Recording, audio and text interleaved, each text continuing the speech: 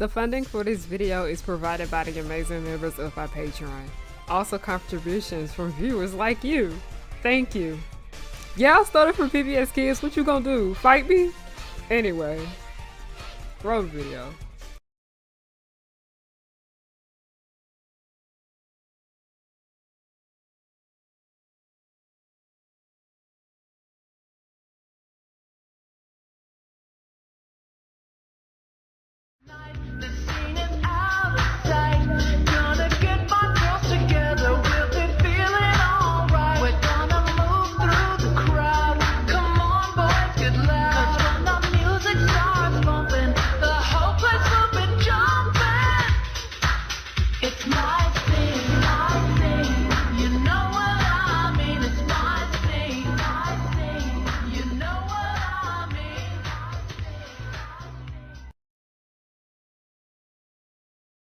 Paris is Burning is a 1990s film that shows the world how important fashion is, not with just people of color, but gay people of color.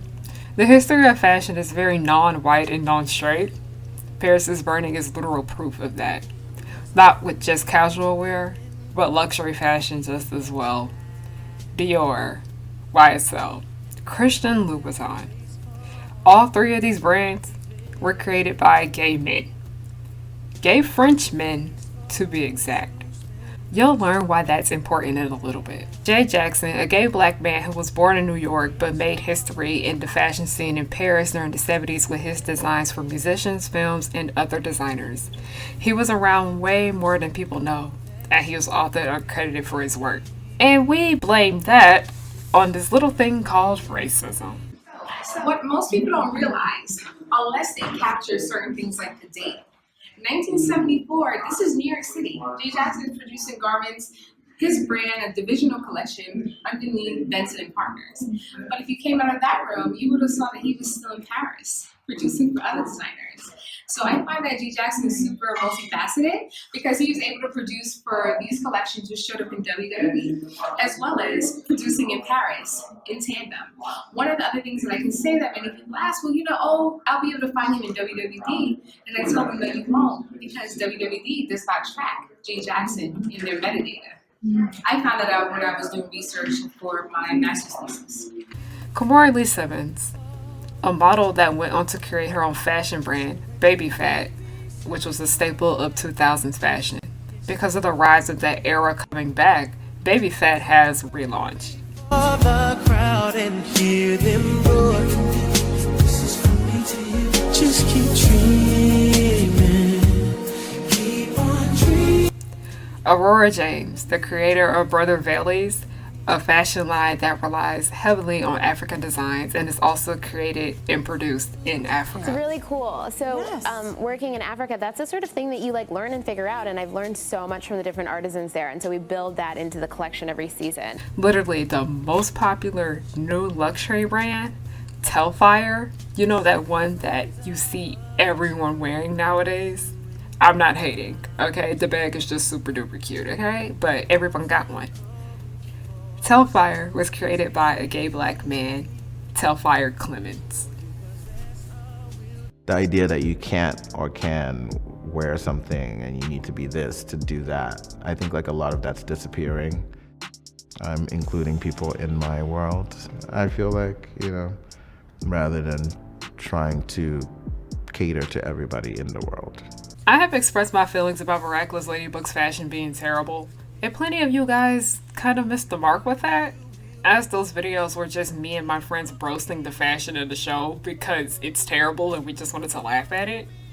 But I did see a lot of y'all didn't fully understand why we made those videos in the first place. So, let's go. If you are not aware, Miraculous Ladybug takes place in Paris, France. I have been studying the French language since I was about 14 years old, so learning about the culture and style of the country is a very important part for me. Learning about what they eat and how they get around from place to place. A lot of it isn't much different than America, if you ask me. The differences are there, but it's a lot of similarities. Miraculous Ladybug is not an accurate depiction of what the people who live there, the people who live there with money, dress like. For those of you guys who are not aware, there's this grand event that happens every year in Paris called Paris Fashion Week. If you are American, because my demographics show that many of you are, you know that in America, New York Fashion Week and Los Angeles Fashion Weeks are big deals here in our country for fashion. But if you're far removed from the fashion world, here's a brief rundown on what Paris Fashion Week is. Paris Fashion Week is a series of designer presentations held semi-annual in Paris, France, with the spring and summer and autumn and winter events held each year. Dates are determined by the French Fashion Federation. Paris Fashion Week is held at venues throughout the city.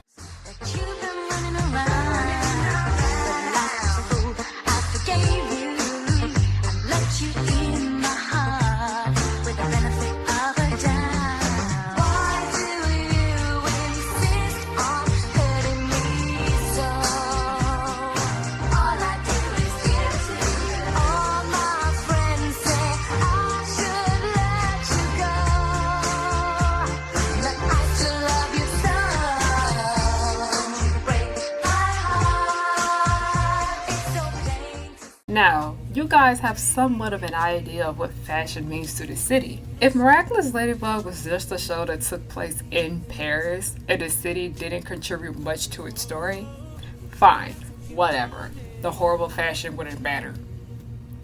But it does. And it's a really big problem.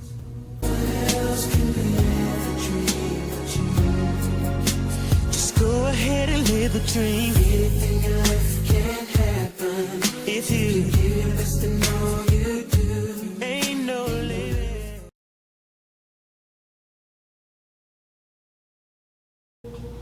When it comes to fashion, I think fragrances count as that. Just because you can't see it doesn't mean that it's not a fashion statement.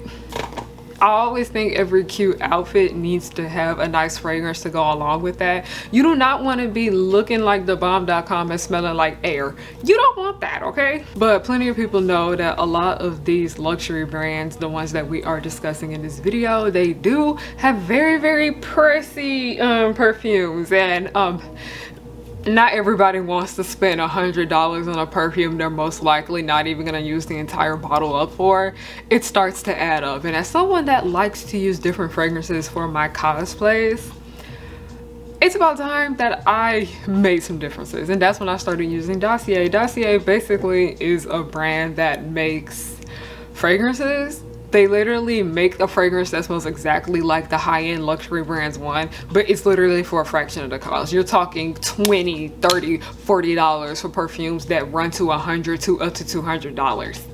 Saves you lots of money. I probably have like 10 Dossier fragrances and it only cost me about $200 altogether.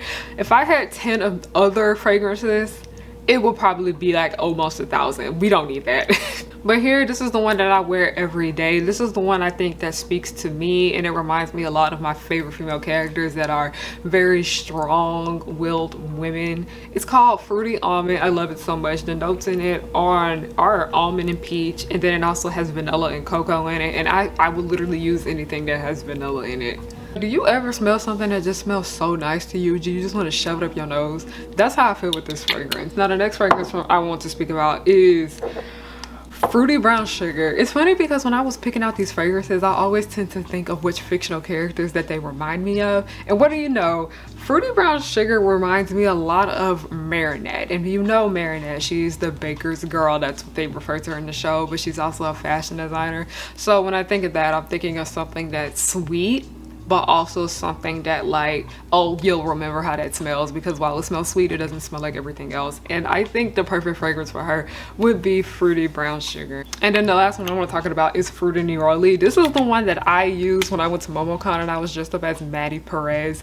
I don't know why, but it's like Fruity Neroli. It's like, it's sweet, but it's like kind of tangy, if that makes sense, because it does have musky undertones to it.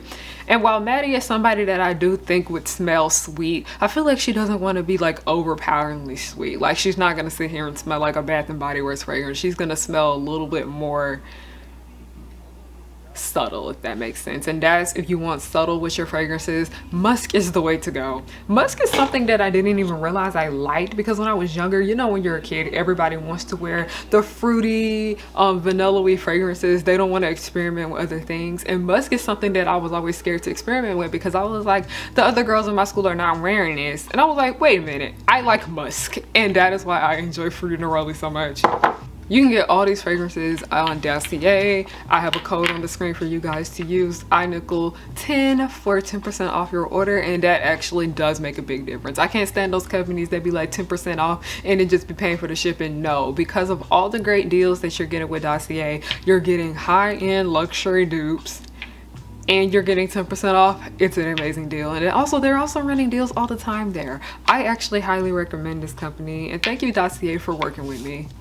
As I talked about with Dossier, I like to use a lot of fragrances to basically express who I am, like I said, with Fruity Brown Sugar. Now, my history with fashion is a bit of a strange one, as I grew up not really having a lot of clothes for two reasons.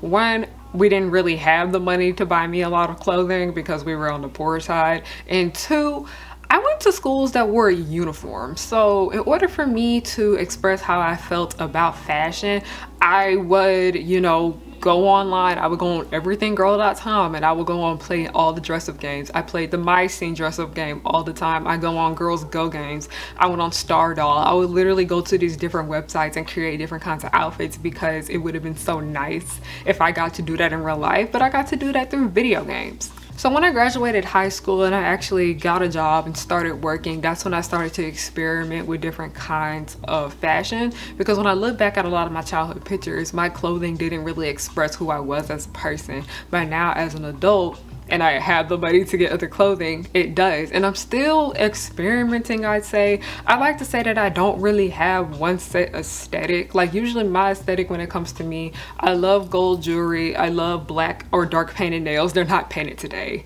okay? I love having loud colored hair, to wear big oversized t-shirts with gold jewelry all on my arms and my rings and my necklaces. I love bedazzled things. I love bling. I love this and that and the third. I love glitter. I love loud colors. Like, that's literally who I am as a person. That's literally kind of my style right there. It's streetwear meets McBlinging. But I also don't limit myself to just dressing as one set aesthetic. One day I'll dress like it's the 90s. Another day I'll dress like it's the 80s. Like, I don't like to limit myself when it does come to fashion, because I'm always in the mood for something different. If I want to be preppy one day, I'll do that. If I want to dress gothic on another day, I will do that just as well. Like that thing Christina Aguilera said where she was like, fashion is a lifestyle. You have to live it. You have to love it. That's how I feel about the subject. And while it may not reflect too much when you guys do look at my social media, because one, the pandemic happened and I don't really dress up and go out nowhere. I do. Like, usually the only time I leave is when I'm running errands or it's work related purposes.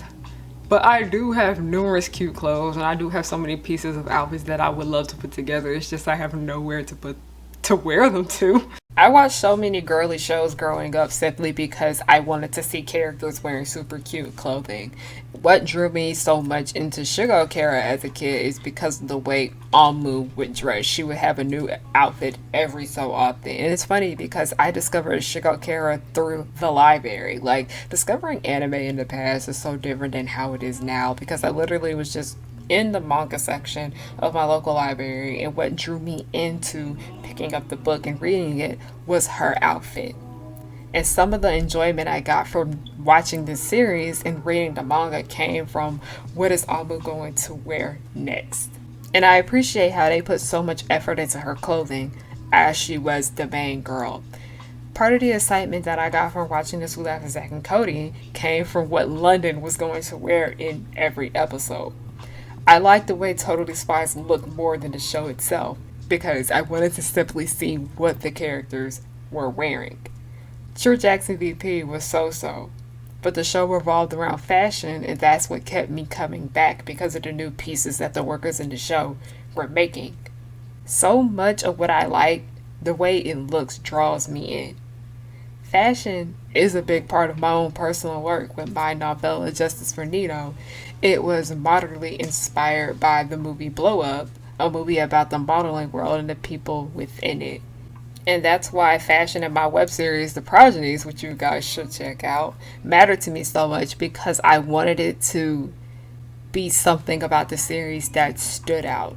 Every girl had a different kind of style. If one girl were the same color as another girl, their style was going to be completely different. And for those of you guys who are aware, I was one of the extra Salvatore students on the CW series Legacies, which is a spinoff of the Vampire Diaries that takes place at a boarding school. And it was one of my favorite jobs that I have had ever, because the part I loved the most about it was, what will I be wearing today? This was one of the first series that I ever worked on where fashion was an important staple to the series. As you could tell which students were who because of their style. The witches wore gothic and frilly clothing. The vampires wore more business casual with indie kid looks. And then the werewolves were sporty and laid back. Like literally when we would be in the costumes area, there would be pictures on the wall of what every faction would wear. And working on Legacies really inspired my own work because I'm just like, I appreciate how much effort they're putting into the fashion for this series. This is what I want to do with my own. Before we get into the meat and potatoes of what I'm going to be talking about, let's take a look at who's in charge of the art department and the writing. The two major factors of what makes a character. From the looks of it and the information that I could find, the series is mostly male dominated, and from finding pictures of these men, they are all just white.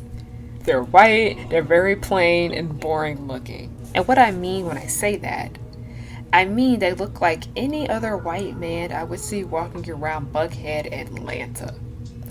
And what I mean by that is that there's nothing special about them that screams fashion. And then I look up the few women that work on this series. It's a really big ratio difference. White women, with the exception of one Asian woman, and she is an assistant to one of the white women, so yeah. And same with them, they look like any other white woman I would see walking around Buckhead, Atlanta. Meaning nothing about them screams fashion. And it's really given Lululemon and Lily Punzinger, whatever, how you pronounce that if you ask me. I only found one person of color who works behind the series. And from the information I could find about the looks of these people's social medias account, overall, all the information that I could find for Miraculous Ladybug beyond the voice acting department, from looking at these people's social media accounts for those that do have them and looking at the IMDb credits, it is very white dominated, very male dominated, and very straight presenting. Not to my surprise, we barely see much diversity behind the scenes of this series, not in the writer's room or in the art department. While the head of Zag's art department is a woman, white woman to be exact, it doesn't really say much when you look at the finished product for so many of the designs for the series, with the exception of the hero and villain outfits. It's one thing if the hero and villain outfits are over the top and wacky, because that's what they are. They're supposed to stand out. Superheroes aren't supposed to look normal. It's really that casual wear that's the biggest issue with this series. And it sucks because this entire series, like I mentioned earlier, revolves around fashion.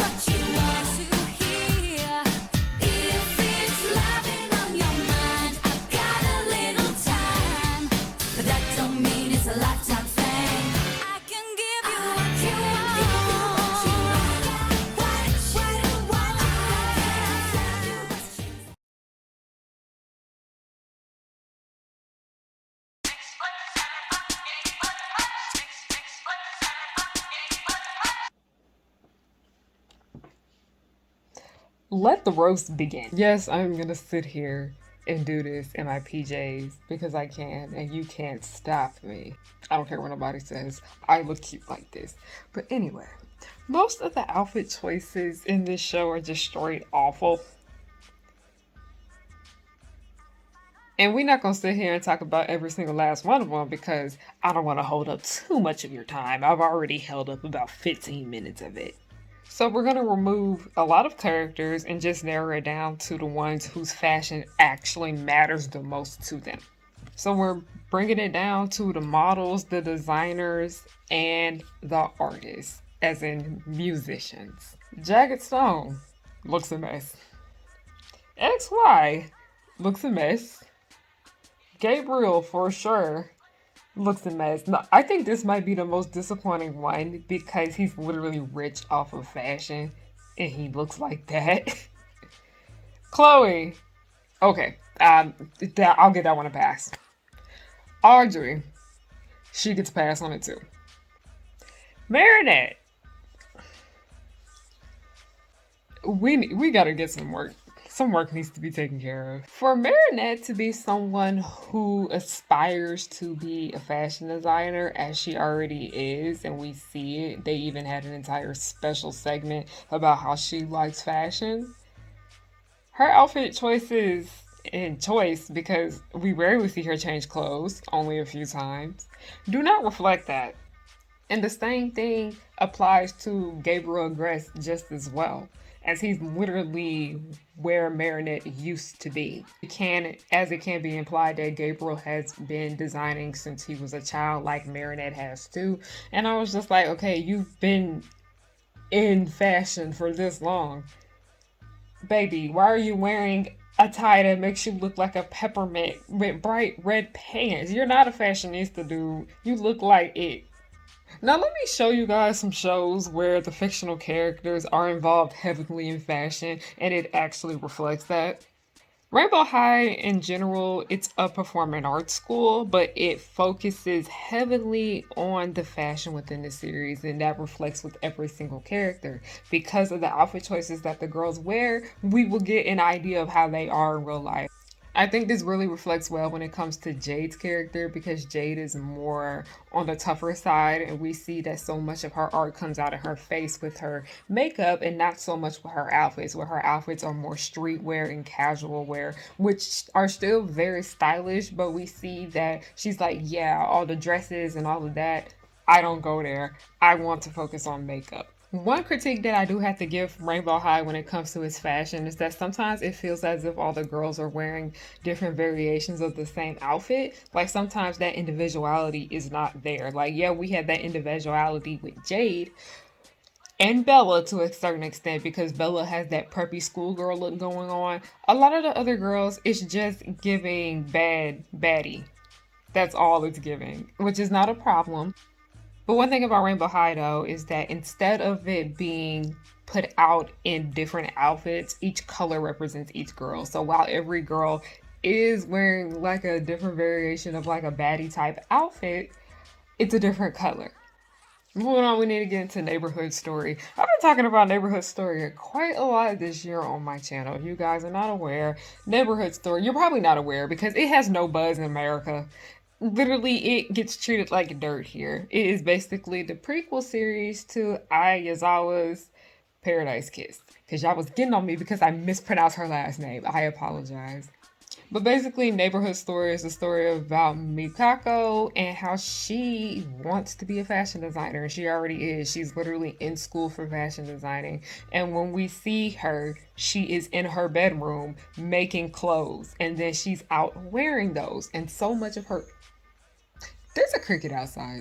The most interesting thing when it comes to Mikako's character is that whenever she is feeling down or she's going through something or something really, really upsets her, she takes that out through fashion. Like she literally pierced her ears because she was sad. She literally dyed her hair because she was sad. She felt like she wanted a change. And Mikako changing up her style so often is what helps progress the story, as Neighborhood Story is a series that focuses more on character than it does plot. The plot is borderline irrelevant sometimes. That's So Raven. I love That's So Raven. And one of the big wants to be a fashion designer. In the first 2 seasons, I'd say, we find out that she's really into fashion and we see that all the time with her outfits. We see it all the time with her crazy hairstyles. Raven dresses different than everybody that went to her. That's how we knew Raven was the fashionista. If there wasn't an episode that focused on Raven being involved with fashion, which were a lot, we saw that expressed through her clothing choices because Raven stood out more. While Chelsea did have stylish clothing, they weren't the same as Raven's because while Chelsea she was more of a plain Jane type, and I'm not saying that's a bad style, it was just more laid back and chill. When we look at Raven, it was more over the top, and that told us, oh, this is the girl who really does care about fashion.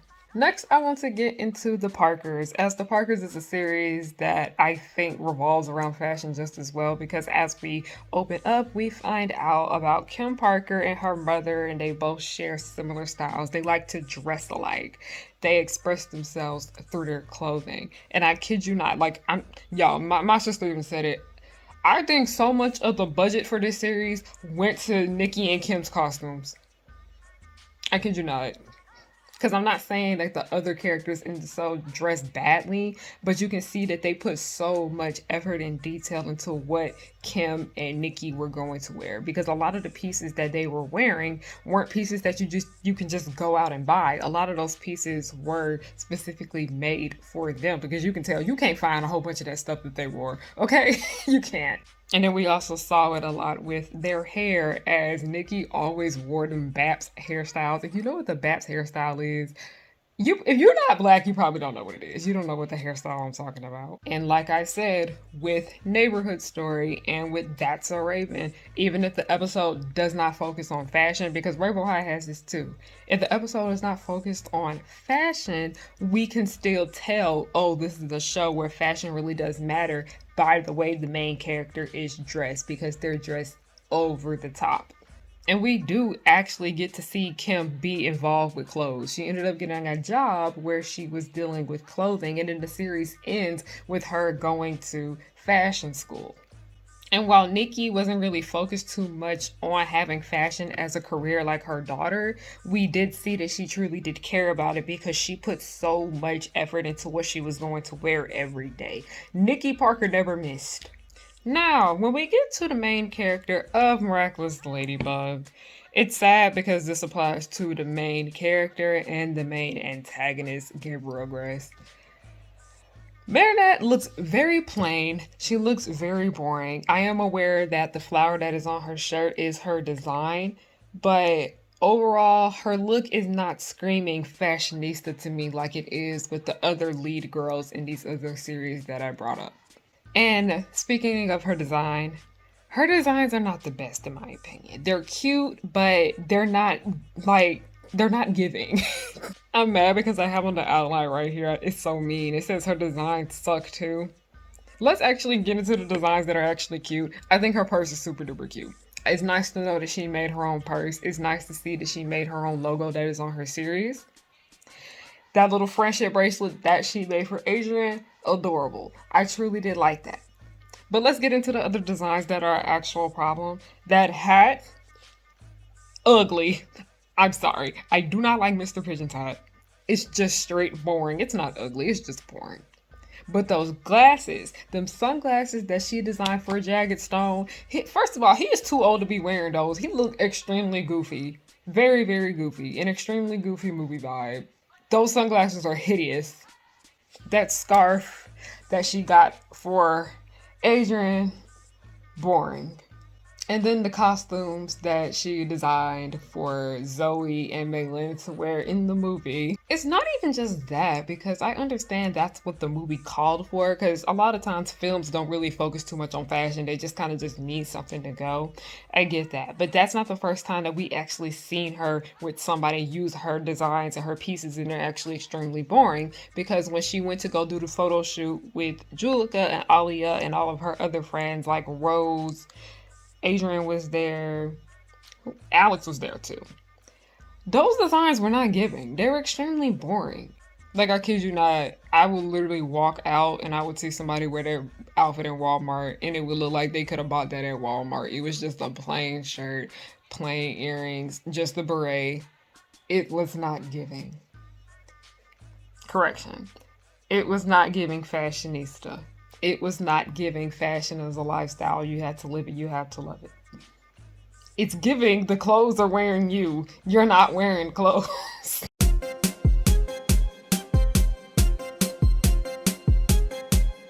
Not only does Miraculous Ladybug's visuals suffer from this, but the writing suffers just as well. I'm sorry, but that is not how a fashion show runs.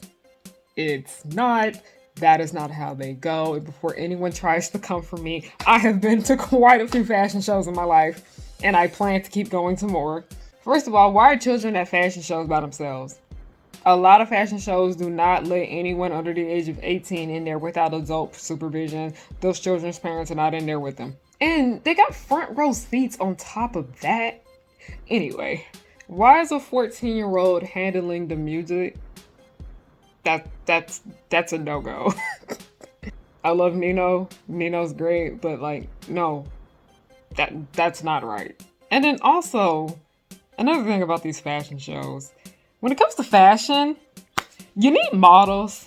We don't see much of them, except Adrian. Adrian cannot be the only freaking model out of everyone in the city of Paris. We've seen Lila, that don't count because she lied to get that position. And then that's another writing problem too, because it should not have been that easy for her to get that job. Nope. Lila should not, I know this is probably for jokes, it's the show, but Lila, you can't lie yourself into getting a modeling contract that easily and that quickly. There's a whole long process that you need to get to when it comes to getting representation, and it's no.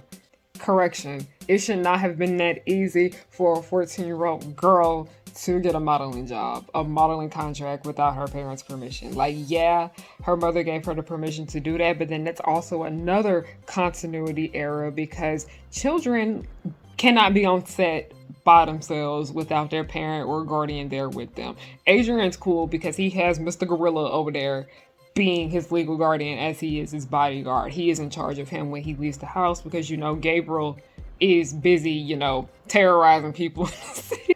Lila should not have been able to be at that photo shoot by herself. Her mother should have been there with her. That's not right. And that's also like a safety thing just as well. And like I said, parents are required to be on set when their children are working. That's not how a professional photo shoot goes. Like, y'all remember when Adrian had called Mary to set because he needed his wings to be fixed? It should not have been that easy for Marinette to just walk up in there. Not only was she not supposed to be on set without a parent. Oh my God, Cricket. Not only was she not supposed to be on set without a parent, but she shouldn't have been there in the first place because where's the crew? Where's the crew at? We barely see them. I could have sworn we only saw like one crew member and they only had like 2 seconds and I'm pretty sure they were fixing Lila up for the photo shoot. Where's the costume department? Where's the hair department? Where's lighting? Where's makeup? We see the photographer. We see Vincent. Vincent is not enough. That is not Vincent's job to take care of everything else. The only thing Vincent needs to be doing is snapping photos. Because he is the photographer. That is the only thing that he can do.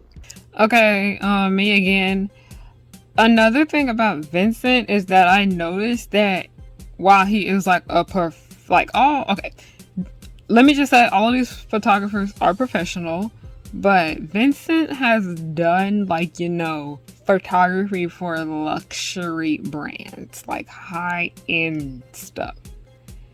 Why is Vincent doing the school pictures at Francois Dupont? Like, no, that's not, those kinds of photographers, they don't overlap. A lot of school photographers, that's what they focus on, just doing pictures for schools. And the people that do the high-end stuff, the luxury fashion, not even just luxury fashion, the bigger business things, they are not going to be doing both. That was just something else that I found really odd when it came to this series.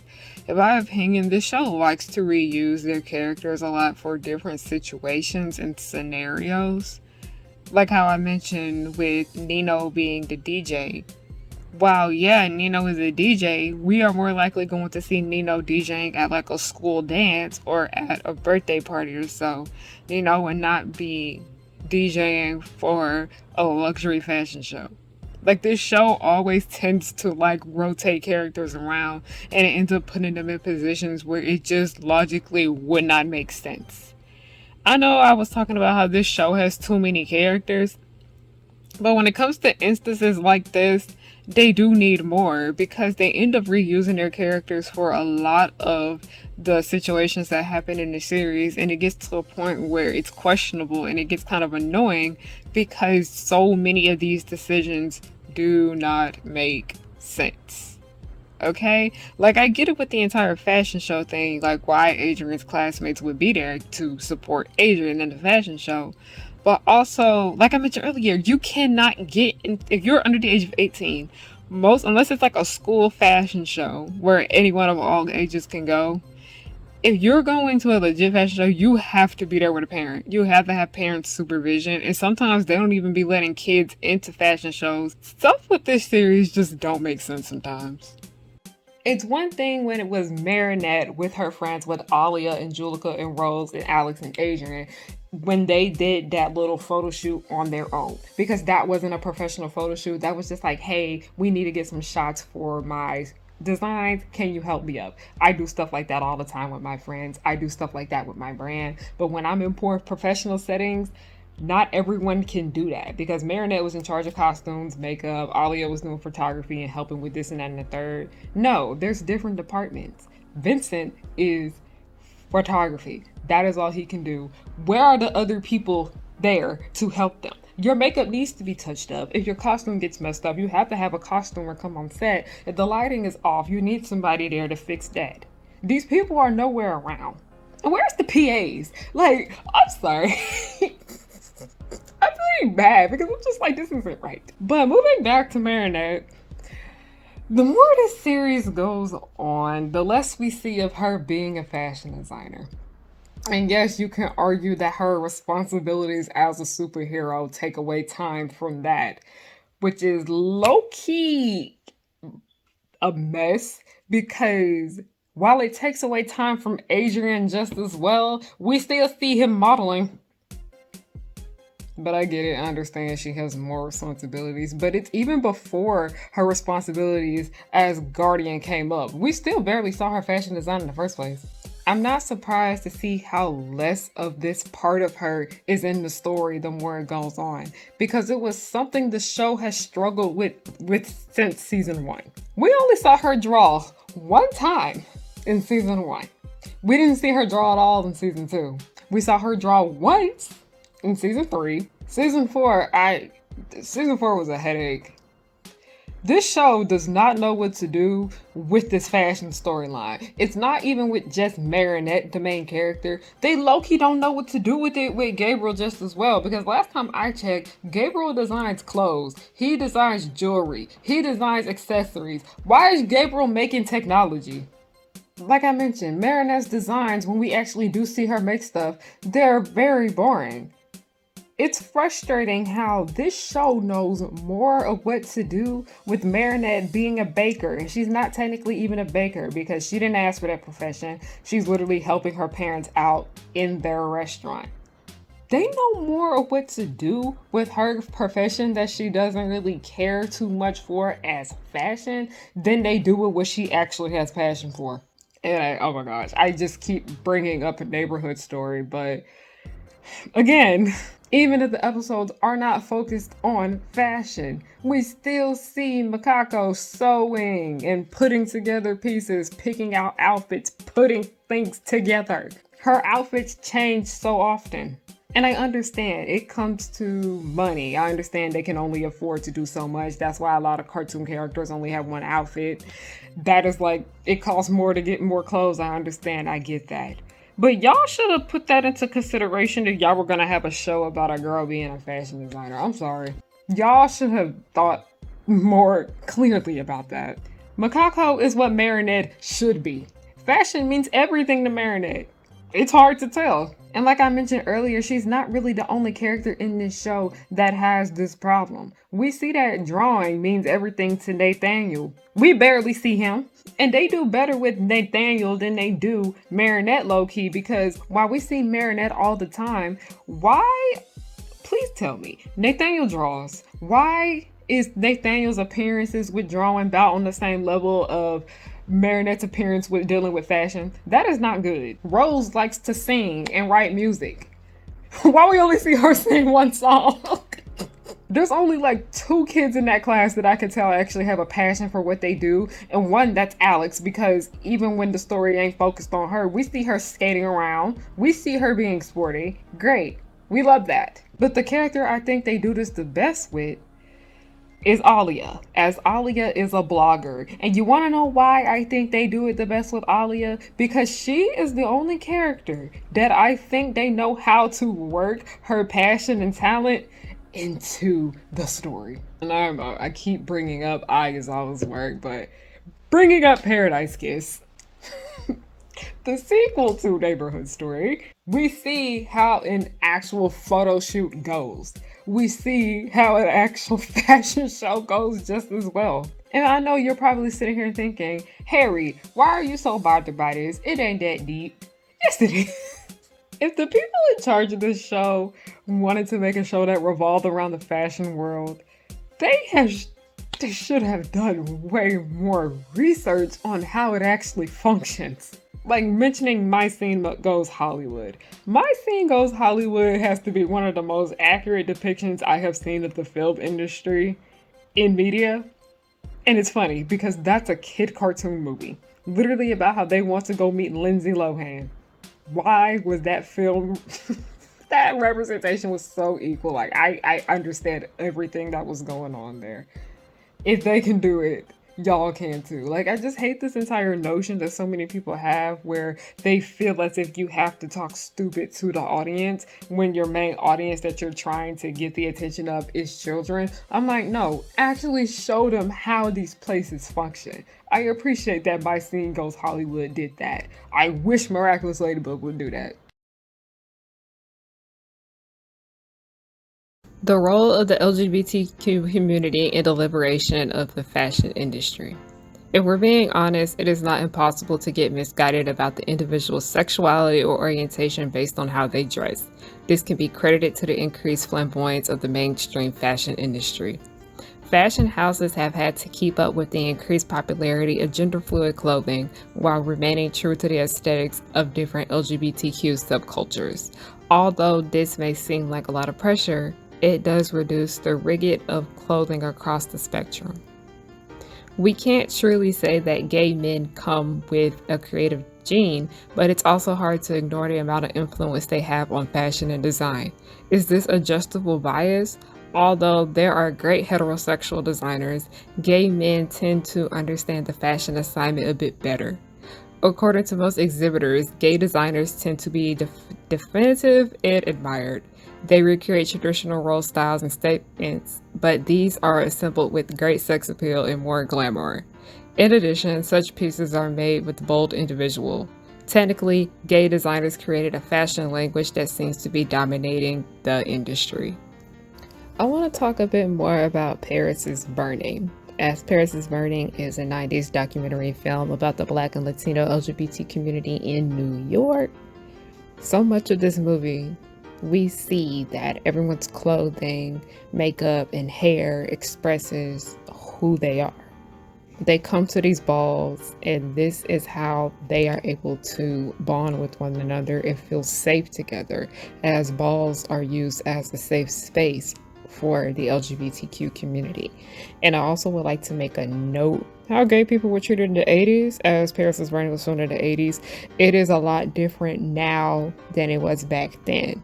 So they were doing a lot to make sure they could keep the balls a bit more underground and safe, because they know someone might have came in there and wanted to hurt them. It's actually really messed up when you think about it.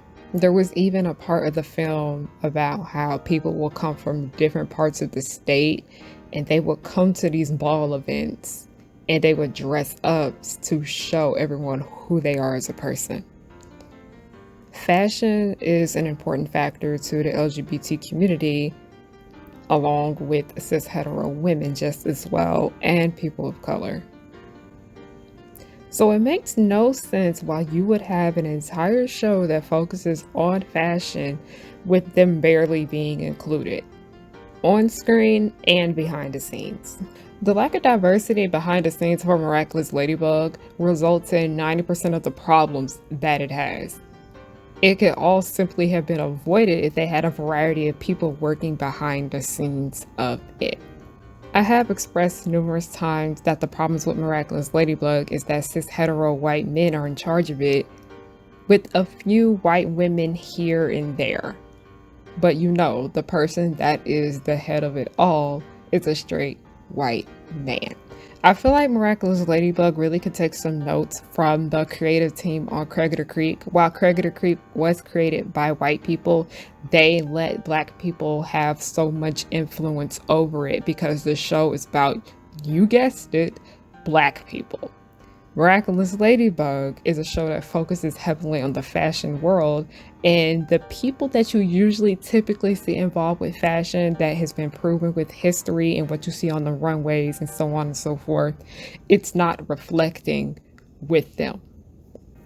And it's sad to see because we do see that they have a few of these people behind the scenes, but when it comes to the final designs and what is finalized in the end with the writing, we're back where we started. And I'm gonna sit here and tell y'all, straight cis hetero men are not the trendsetters of the world, especially when it comes to the fashion world. It is the girls, the gays, and the theys. It's interesting because you don't have many people who aren't cis hetero white men working on it to put this series together. It's frustrating because we see the potential that this show could have, and then the final script and the finalized designs are awful. How are you going to have an entire series that revolves around fashion and the fashion be really ugly, nor do the people you have there understand how it works? If they wanted to make a series about fashion but didn't know how to go about it, fine, go ahead, but you should have done more research and included more people who do know more about that. Gay people, people of color, and gay people of color are the ones who set the trends for the fashion loved all over the world. Let's talk about BAPS. For those of you guys who don't know what BAPS is, like I mentioned earlier, you are probably not black. It's a movie, alright, I'll tell you that. I and many other black people, we love BAPS. But we will be the first people to tell you that BAPS is not that great of a film.